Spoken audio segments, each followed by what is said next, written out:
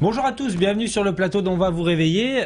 On était en train de discuter avec Michel Serra de la carte de fidélité que nous allions préparer à notre invité du jour, puisque d'habitude il vient aussi beaucoup pour parler des autres, des gens qu'il reçoit dans son hôtel pour donc des cafés littéraires grandeur nature avec rencontres d'auteurs, conférences, etc., etc. Et puis là, on va aujourd'hui quasiment exclusivement parler que de lui, cher Michel. De lui et de son livre. Eh oui, alors présentez-nous Pascal Marmé, si encore... Alors Pascal Marmé, il s'est donné à l'écriture depuis quelque temps finalement. Hein. C'est une vocation tardive, si on peut dire. Enfin bon, tardive. Voilà. Donc et puis là, il est rentré là-dedans avec une espèce d'enthousiasme extraordinaire, un côté juvénile d'ailleurs, qu'on voit dans son écriture. Hein, voilà. Donc là, il vient de sortir après, si tu savais, le roman à Grasse, là, dans le monde du parfum, etc. Bon, il vient de sortir À la folie. Et alors, c'est quelque chose qui m'a beaucoup intrigué, parce que à tous les sens du terme. D'abord, c'est un vrai roman d'intrigue, c'est-à-dire qu'à chaque chapitre, il se passe quelque chose d'imprévisible par le lecteur, et qui tout d'un coup va rechanger toute l'histoire à nouveau. Alors on repart sur de nouvelles pistes, les gens se croisent, et, bon, voilà. Et jusqu'à la fin, c'est à chaque fois une orientation nouvelle, une bifurcation. Alors ça, c'est très très bien construit.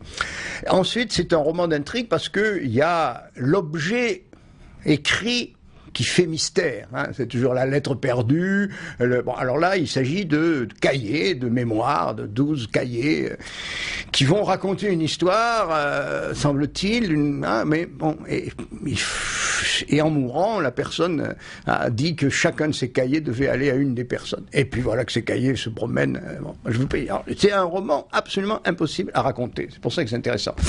Et la troisième chose qui est très intéressante, c'est que les personnages sont bien campés, très agréables. Il y a beaucoup de filles, parce que Pascal Marmé, il a quand même l'art d'écrire les filles. Il sait même tout sur la mode. Là, il m'a complètement bluffé parce que bon, moi, j'ai pas de jeunes filles de cet âge dans mon entourage et je ne sais pas très bien quelles sont les marques à la mode. Mais lui, il a pris des notes, il est allé voir tout ce qui se vend, tout ce qui se porte, tout ça. Voilà, il se documente. Donc on y est en plein. Voilà. Donc c'est à la fois très agréable, très vivant, très fort. Hein. Il y a des scènes un peu dures quand même. Hein, mais c'est pas vraiment un polar dans le sens traditionnel du terme. C'est pas l'enquête policière qui est intéressante. Et le policier, bien qu'il fasse une grosse bêtise à la fin, mais je vous dirai pas laquelle, est un policier efficace, quoi, qui découvre le poteau rose et qui ne cherche pas à poursuivre à tout prix un candidat à la délinquance qui ne l'est pas. Voilà. Donc c'est un...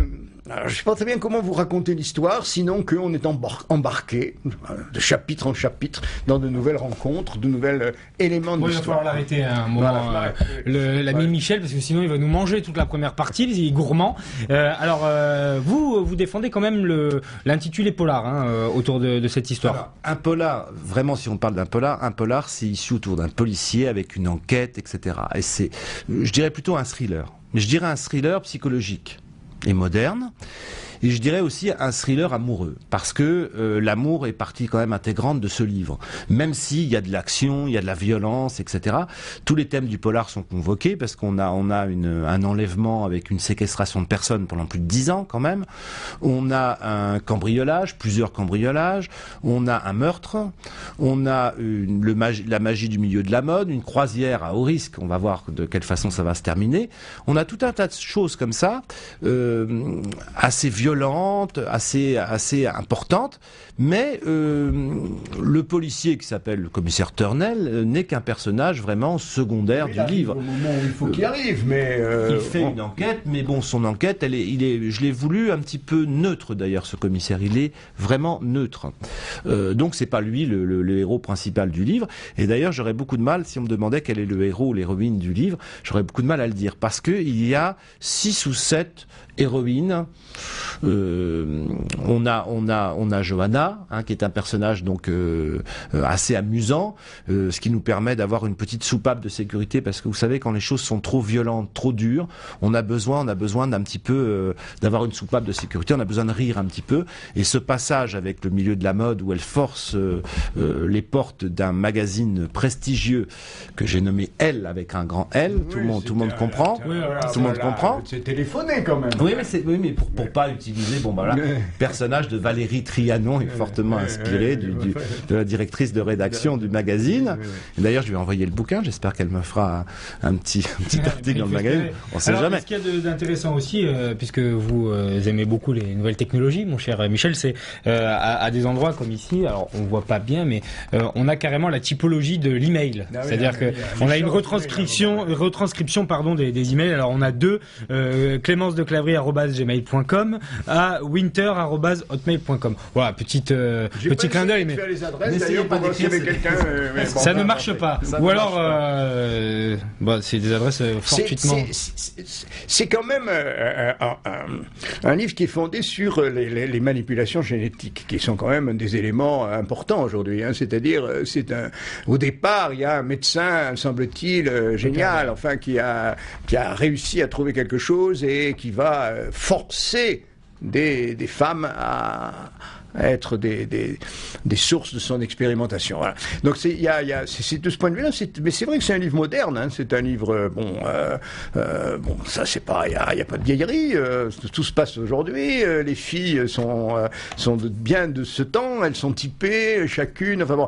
Donc voilà. Moi, ce qui m'a le plus étonné, je le dis, c'est cette aptitude à faire rebondir de chapitre en chapitre cette histoire. Voilà.